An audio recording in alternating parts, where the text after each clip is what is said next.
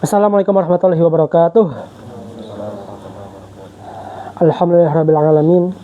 Wa afdhalus salati wa atimut taslimi ala sayyidil mursalin wa ala alihi wa ashabihi ajma'in. Allahumma ahrijna min dhulumatil waham wa akrimna binuril faham. Waftah lana bima'rifatil ilm wasahhil akhlaqana bil hilm. Waj'alna mimman yastami'una al-qawla fayattabi'una ahsana.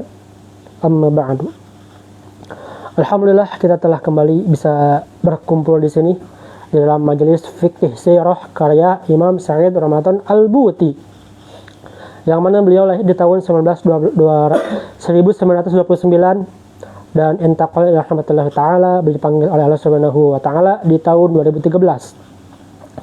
Yang mana kitab fikih sirah ini bukan hanya membahas peristiwa sirah nabawiyah secara tarikh atau secara berdasarkan peristiwa dari waktu ke waktu, tetapi bagaimana cara kita mencoba memahami bagaimana sirah nabawiyah ini adalah sebuah sirah yang begitu penting, yang menjadi sandaran ajaran umat Islam, yang menjadi salah satu sumber hukum umat Islam, dan mencoba untuk merespon atau menjadi rod bagaimana seorang orientalis tatkala mempelajari sirah nabawiyah.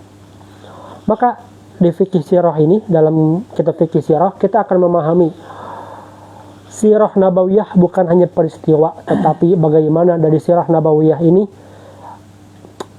thamratuhu atau buahnya adalah istinbatul ahkam, atau terdapat hukum yang diambil dari sirah nabawiyah. Oleh karena itu, untuk memahami fikih sirah ini bukan hanya dibutuhkan kemahiran dalam sirah nabawiyah, tetapi dibutuhkan juga pemahaman dari fikih, dari akidah dan ilmu yang lainnya. Maka kita mencoba memahami kitab fikih sirah karya Syekh Sa'id Ramadan Al-Buti, bagaimanakah hikmah, ibrah, dan mabadi'ul hukm yang terdapat dalam satu peristiwa. Kemarin kita telah sampai di peristiwa bagaimana Rasulullah Shallallahu Alaihi Wasallam itu mulai berdakwah secara terang-terangan, dan bagaimana para kafir Quraisy menghentikan dakwah Nabi dengan cara yang begitu pedih, dengan cara yang keterlaluan, apa itu al-idza, dengan cara disiksa, dihakimi, diberikan penderitaan yang begitu luar biasa, yang mana penderitaan ini bukan hanya dialami oleh pasukan atau sahabat Nabi saja, tetapi dialami oleh Nabi Muhammad SAW sendiri, yang mana Nabi Muhammad SAW mengalami ketika ia sholat di Ka'bah, tiba-tiba ada orang yang mencekiknya dari belakang, ingin membunuhnya, sampai nanti ditolong oleh Abu Bakar As-Siddiq, dan Nabi Muhammad SAW terlepas dari cekikan itu. Yang kedua, Nabi Muhammad SAW tatkala sholat dan sujud, tetapi ada seorang yang kafir Quraisy yang la haula wala quwwata illa billah, dia mengambil isi perut unta, usus-ususnya beserta kotorannya dan segalanya, dilemparkan ke punggung Nabi Muhammad SAW, yang saking banyak dan beratnya sampai Nabi Muhammad SAW tidak bisa bangkit dari sujudnya. Maka apakah hikmah, apakah ibrah dan mabadi'ul hukum, hukum-hukum yang terdapat dari peristiwa itu, bagaimanakah cara kita sebagai seorang muslim untuk memahaminya? Yang pertama, bukan hanya itu adalah sunnatullah SAW, sunnatullah ta'ala, yang mana Allah telah tetapkan, tetapi untuk menjadikan dan mendidik bagaimana seorang muslim dan as-sabiqunal awwalun, sehingga terwujud masyarakat Islam yang sebenarnya, kita harus memahami beberapa hal. Yang pertama, bahwasannya untuk mewujudkan masyarakat Islam yang sejaman dengan Rasul, sesuai dengan apa yang Rasul ajarkan, itu kita harus memahami bahwasanya kita itu diciptakan untuk ibadah. Wa ma khalaqtul jinna wal ins illa liya'budun. Maka sifatun ubudiyah ini, sifat ta'abbudiyah, bagaimana kita beribadah kepada Allah Subhanahu wa taala dan bagaimana segala perilaku kita didasarkan atas ibadah kepada Allah Subhanahu wa taala, itu menjadi landasan, menjadi tiang, menjadi pondasi yang kokoh, yang mana tatkala ininya sudah kuat, maka kalam setelahnya ataupun hikmah-hikmah setelahnya itu menjadi hal yang bisa diperdebatkan atau hal-hal yang tidak ada artinya. Kenapa? Karena tatkala seorang hamba saking cintanya pada Allah dan Rasulnya, saking tertanamnya sifat ubudiyah, sifat ta'abudi ini, sifat beribadah kepada Allah ini, apapun yang Allah perintahkan, apapun yang Rasulnya suruh kepada umatnya, akan ia lakukan. Akan ia lakukan sesegera mungkin. Kenapa? Karena Allah perintahkan. Kenapa tidak meminum khamar? Karena Allah perintahkan untuk tidak meminum khamar. Kenapa tidak meminum khamar? Karena haram. Bukan kenapa tidak meminum khamar? Karena gulanya tinggi. Karena tidak baik untuk kesehatan. Karena tidak baik untuk tubuh. Tidak. Tetapi bagaimana kita memahami hal yang paling dasar menjadi pondasi adalah sifat ta'abudi ini. Sifat semuanya didasarkan karena Allah perintahkan. Nah, itu yang paling penting nih. Kenapa kita sholat? Karena kita perintahkan. Udah selesai. Kenapa kita zakat? Kenapa kita puasa? Karena Allah perintahkan. Karena kita sebagai seorang hamba diperintah oleh Tuannya, yaitu Allah Subhanahu wa taala, sudah sewajarnya seorang hamba ini melakukan apa yang Tuannya inginkan meskipun tidak masuk akal di akal seorang hamba. Ya, ini menjadi landasan, menjadi pondasi bagaimana masyarakat Islam yang sebenar-benarnya, masyarakat yang sesuai atau pada zaman-zaman awal Rasulullah SAW ingin diwujudkan kembali. Maka ini yang paling penting. Ini yang paling penting, sifat ta'abbudi. Sifat bahwasanya segala sesuatu itu dilakukan, dilaksanakan karena Allah perintahkan. Nah, ini yang paling penting, yang pertama. Lalu yang kedua, turunannya. Turunannya apa? Maka ketika sifat ta'abbudi ini ada mukallaf di sana, ada taklif, ada beban, ada tugas yang perlu dikerjakan, ada beban yang perlu dipikul.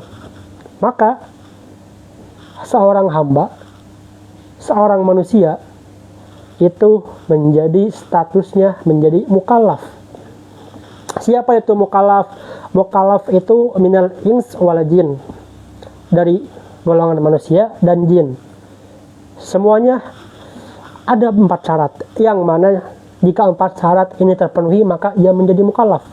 Yang pertama balig, yang kedua akil, yang ketiga salimul hawash, yang keempat wasalatud da'wah sahihah.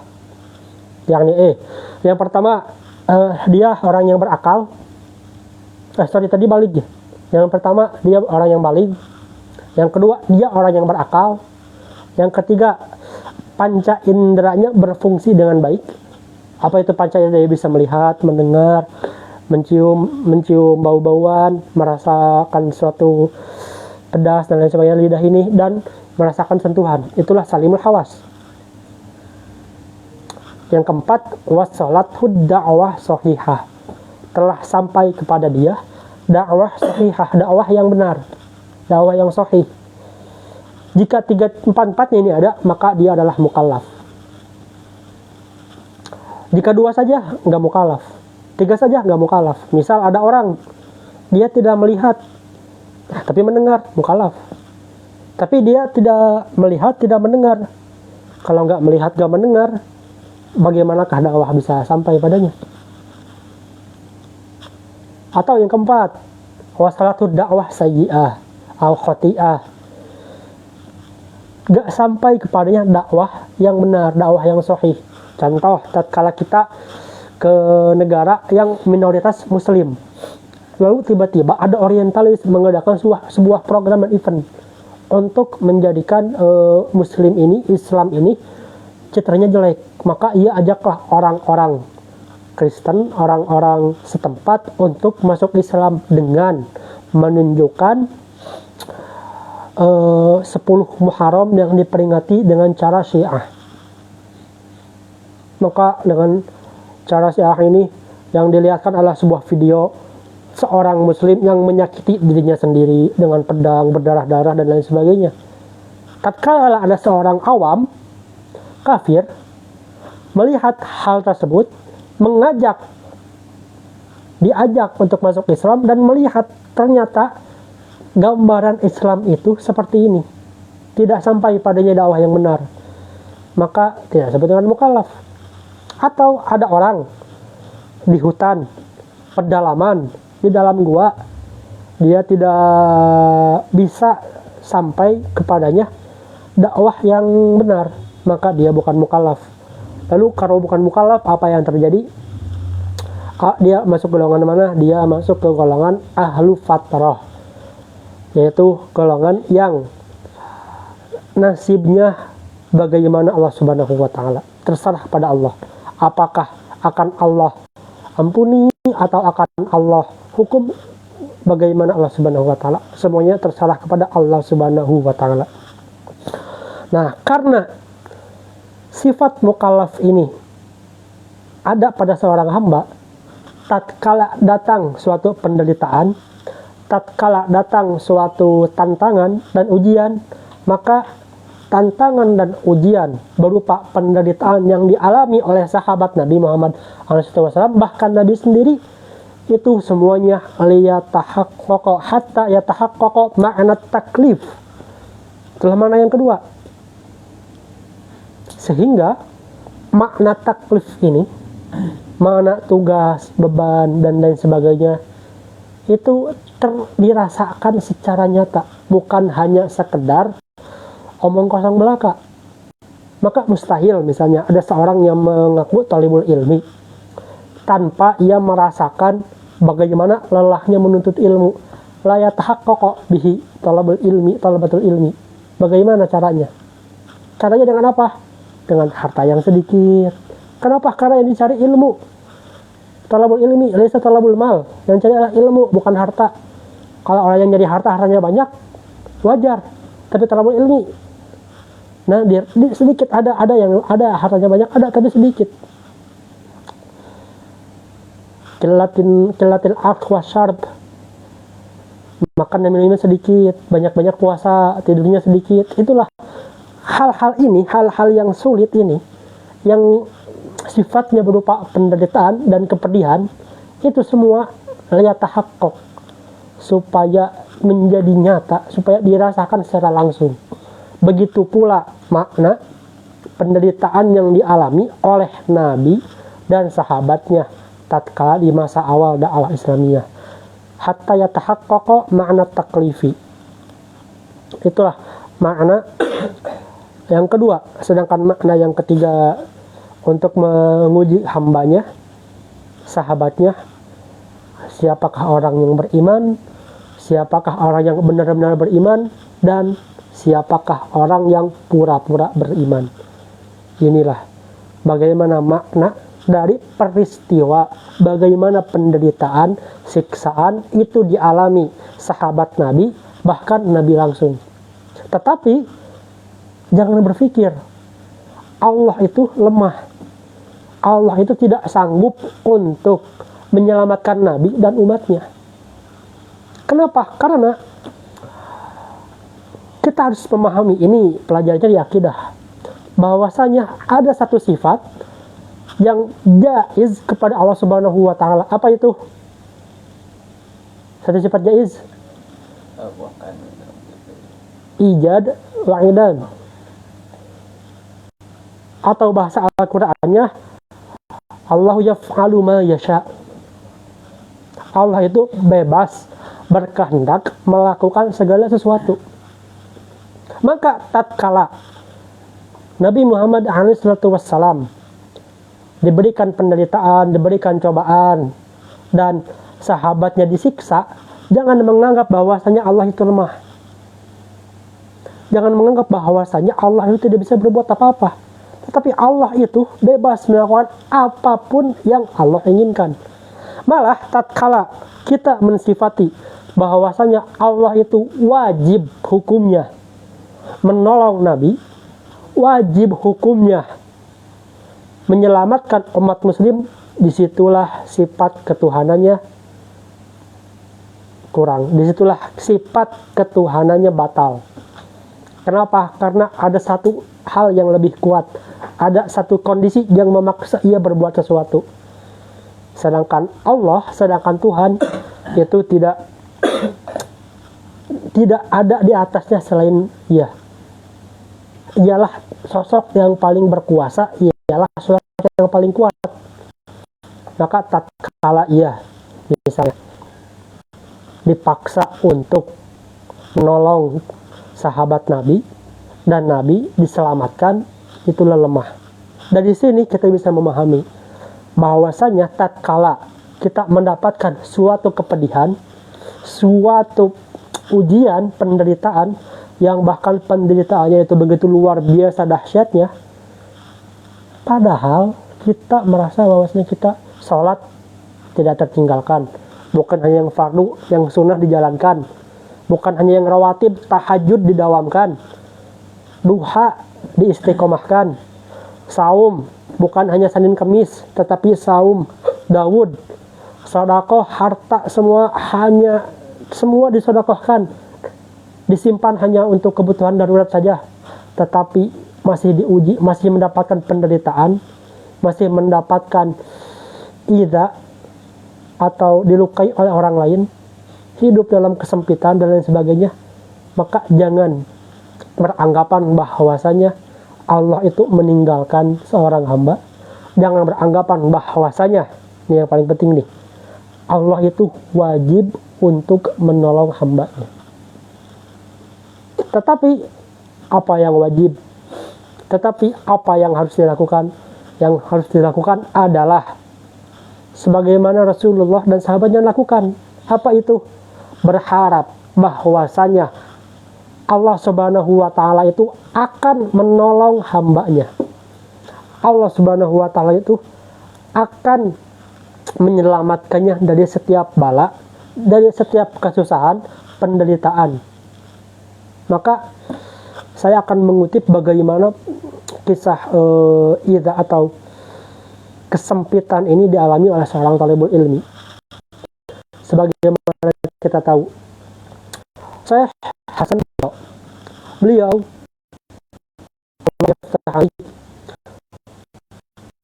tatkala hatinya untuk menjadi seorang talibul ilmi, mempelajari agama, maka ia mengajukan proposal kepada orang tuanya, wahai ayah dan ibu, saya ingin menjadi seorang ulama, mempelajari agama.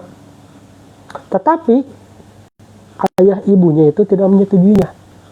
Untuk apa kau jadi seorang yang belajar agama, masa depannya nggak ada, jenjang karirnya nggak ada, apa yang didapatkan? Tetapi Allah Subhanahu wa Ta'ala Maha Kuasa. Allah tanamkan rasa cinta pada Syekh Hasan Hito, yang tadinya dia akan pergi ke Jerman, dia pergi ke Mesir untuk belajar, meninggalkan segala harta benda yang ada. Maka tatkala sampai di Mesir, dimasukkanlah dia, Syekh Hasan Hito, ke Madinatul Bughus secara ilegal. Kenapa ilegal? Karena tidak terdaftar sebagai mahasiswa Bughus, tetapi hanya diberi kamar, hanya diberi ruangan sebagai tempat tinggal. Oleh siapa? Oleh Syekh Sa'id Ramadan Al-Buti. Karena surat yang ditulis oleh beliau. Sampailah di sana Syekh Hasan Hito, mulailah pembelajarannya di Mesir. Jangan dibayangkan, tatkala belajar di Mesir, semuanya terasa indah karena ada di jalan Allah Subhanahu wa Ta'ala. Tidak. Syekh Hasan Hito tatkala belajar Karena meninggalkan harta bendanya, segalanya hanya membawa apa yang ia pakai dalam badannya, maka uang yang ia miliki sedikit. Maka Syekh Hasan itu bercerita bahwa tatkala masa awalnya ia menuntut ilmu, ia itu hanya memakan hanyis waburutuol, hanya memakan roti kering dan jeruk sehari sekali. Selama sebulan. Kenapa? Untuk menghemat pengeluaran. Kalau enggak roti kering dan jeruk, roti kering dan pisang, hanya itu saja. Tetapi ini mencukupkan dirinya untuk bertahan hidup dan fokus untuk talabul ilmi.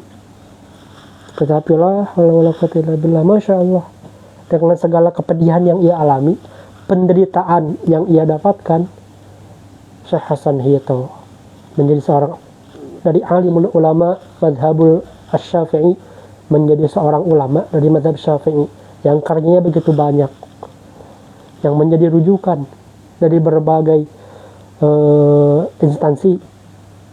Tetapi jangan sangka bahwasanya ketika Anda beribadah kepada Allah Subhanahu wa taala, mengorbankan segalanya, tidak ada penderitaan, tidak ada kepedihan, tidak ada tantangan dan ujian.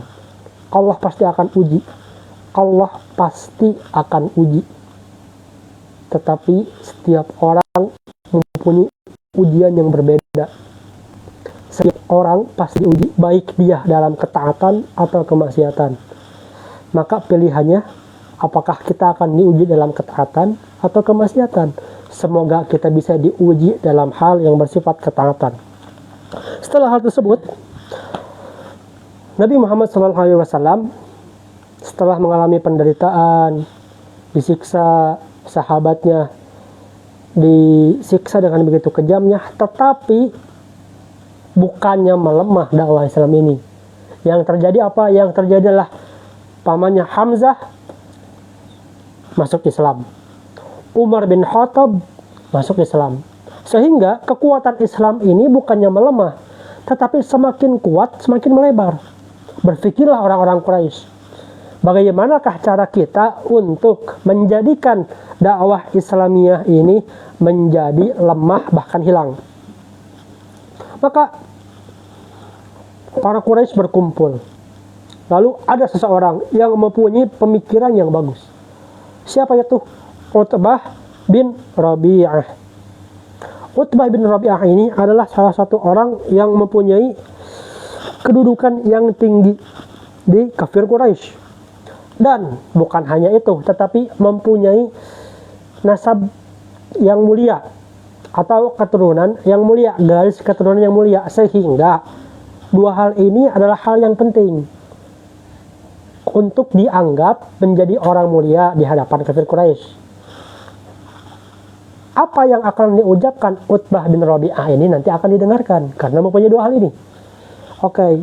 Apa ro'yunya atau apa pendapatnya? Oke, kafir Quraisy, bagaimana kalau saya akan berbicara dengan Muhammad SAW, tetapi pembicaraan ini akan membutuhkan dana yang besar dan membutuhkan juhud atau usaha yang pengorbanan yang begitu besar. Apakah kalian setuju? Oke, setuju, insya Allah, katanya. Kurang lebih seperti itu. Akhirnya Utbah bin Rabi'ah ini pergi menemui Nabi Muhammad SAW. Tatkala pergi, wahai Muhammad, kau itu adalah seorang yang mulia sebelumnya, mempunyai kedudukan yang tinggi, garis keturunanmu mulia dari Bani Hashim, menikahi seorang perempuan yang paling mulia, Khadijah binti Khuwailid. Tetapi dengan dakwahmu ini menyebabkan banyak orang yang terpisah, menyebabkan ayah dan anaknya terpisah, bertengkar, menyebabkan banyak konflik yang terjadi di Mekah ini, di Jazirah Arab ini. Bukankah ini suatu kemungkaran? Bukankah ini adalah suatu fenomena yang buruk? Dan lalu saya mempunyai suatu pandangan, wahai Muhammad, kata Nabi sallallahu alaihi wasallam. Nabi Muhammad SAW menjawab, ya Aba Walid, ana asma'u. Oke, apa? Saya akan mendengarkan. Oke. Lalu Utbah bin Rabi'ah ini menyampaikanlah pandangannya.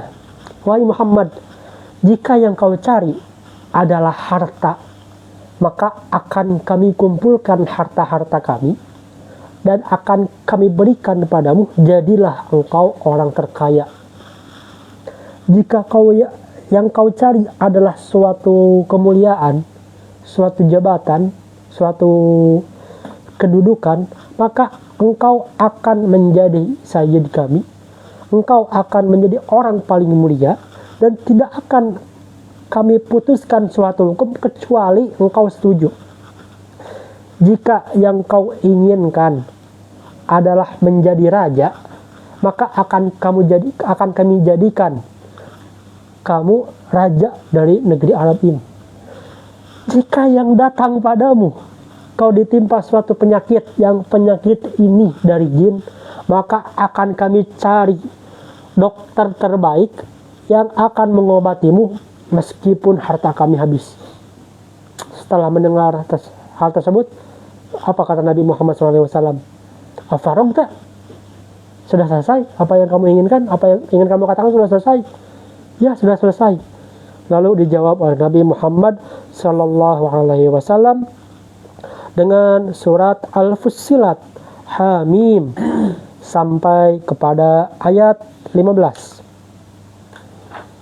Nah, ketika sampai ayat 15, sampailah pada azab kaum Tsamud, yang mana ada petir yang menyambar kaum tersebut.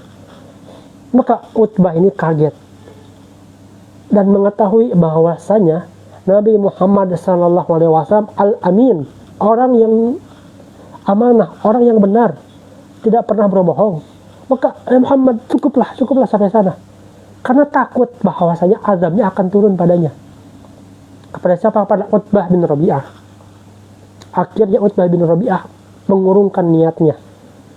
Tidak terjadilah mufawadat atau tidak terjadi suatu gencatan senjata. Kembalilah Utbah ke kaumnya kafir Quraisy. Ditanya, apa yang terjadi? Apa hasilnya?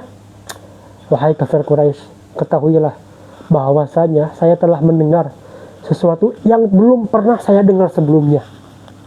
Hal ini bukan syair, bukan sihir, bukan juga jampe-jampe dukun. Maka ketahuilah, jika Muhammad ini sukses, diamlah kalian, karena kesuksesannya ia akan menguasai dunia misalnya, itu semua akan dinisbahkan pada kaum Arab. Ataupun jika ia gagal, maka kamu diamlah, jangan melawannya, karena akan ada mungkin orang lain yang akan menggagalkannya, dan kamu akan menikmati hasil tersebut. Lalu apa kata orang-orang Arab kafir Quraisy itu? Waduh, Utbah bin Rabi'ah telah disihir. La haula wala quwwata illa billah. Beginilah bagaimana seorang kafir telah tertutup hatinya. Apakah perbuatan ini sekali? Tidak.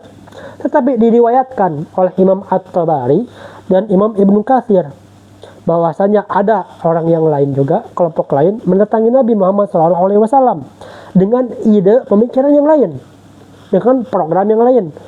Siapakah orang tersebut? Al-Walid bin Al-Mughirah dan Al-As ibnu Wa'il.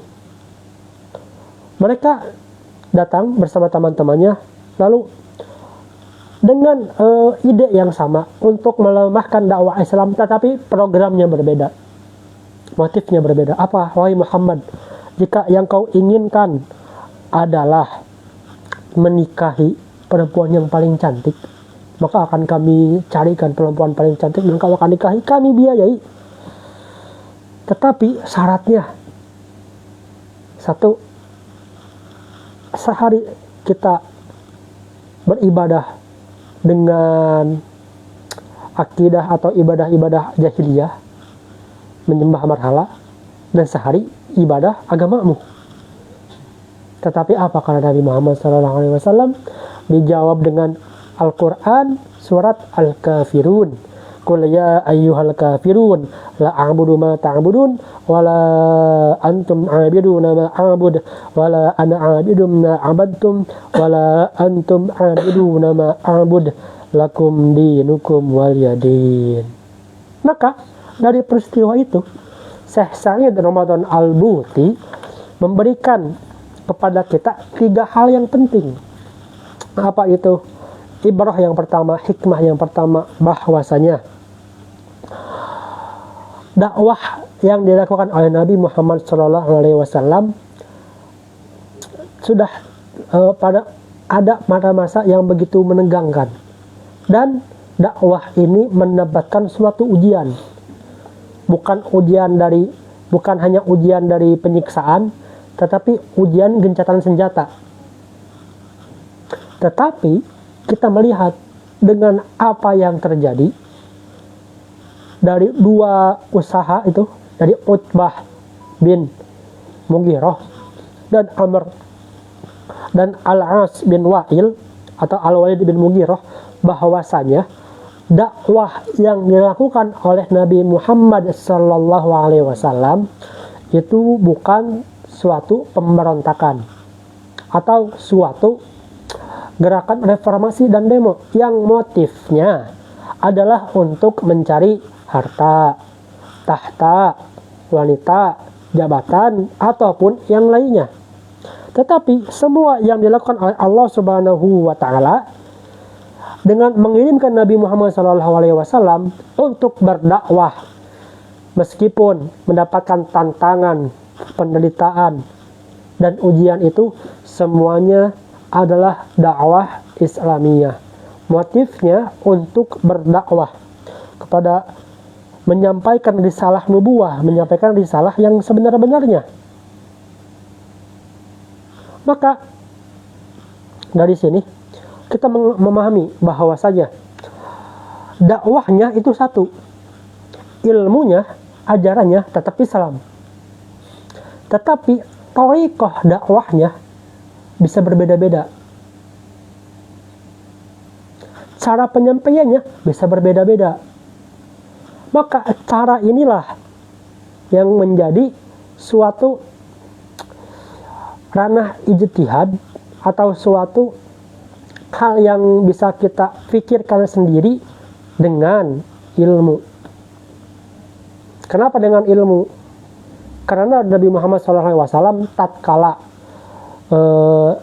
ditawari untuk beribadah 1 hari berhala, 1 hari beribadah muslim, Nabi Muhammad menjawab, ya ayyuhal kafirun, tidak menerima hal tersebut. Maka jangan sampai nih dengan dasar dakwah kita menjadikan masjid sebagai tempat konser supaya masjidnya rame misalnya. Kenapa? Karena dakwah ini harus dengan ilmu. Maka Syekh Ramadan Al-Buti menyebutkan bahwasanya dakwah ini ada yang di thariqah salimah wa thariqah, dan jalan cara yang menipu. Yang kedua, Syekh Sa'id Ramadan Al-Buti menyebutkan bahwasanya dakwah Nabi Muhammad sallallahu alaihi wasallam adalah berdasarkan kepada syariah Islamiyah, bukan siasah. Yang mana jika berlandaskan syariah Islamiyah, maka hal yang dilakukan, cara dakwahnya harus sesuai dengan syariah Islamiyah.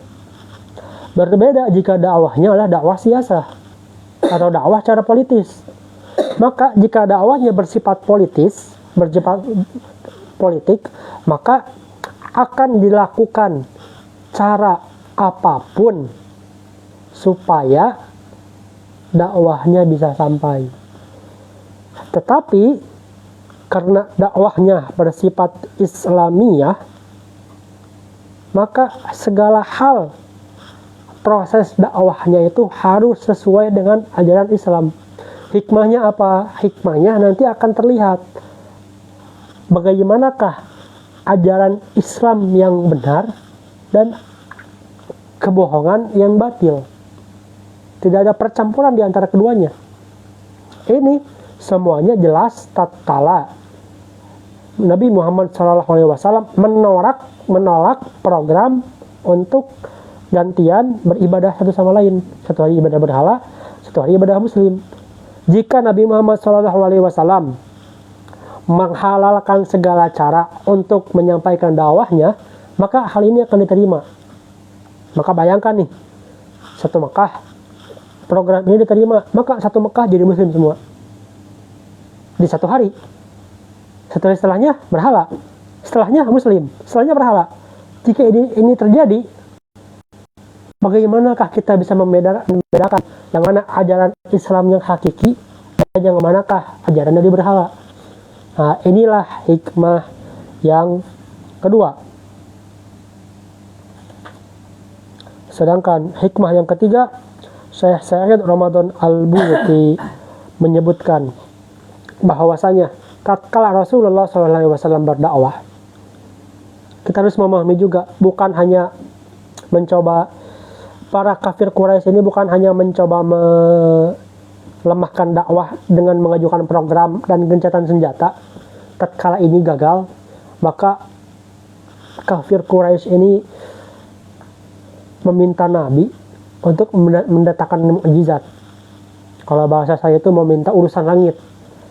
Kenapa meminta urusan langit? Karena ini tidak ada kaitannya dengan Nabi Muhammad SAW. Jika yang dipinta adalah suatu ayat Quran, maka ini mungkin buatan dari Nabi.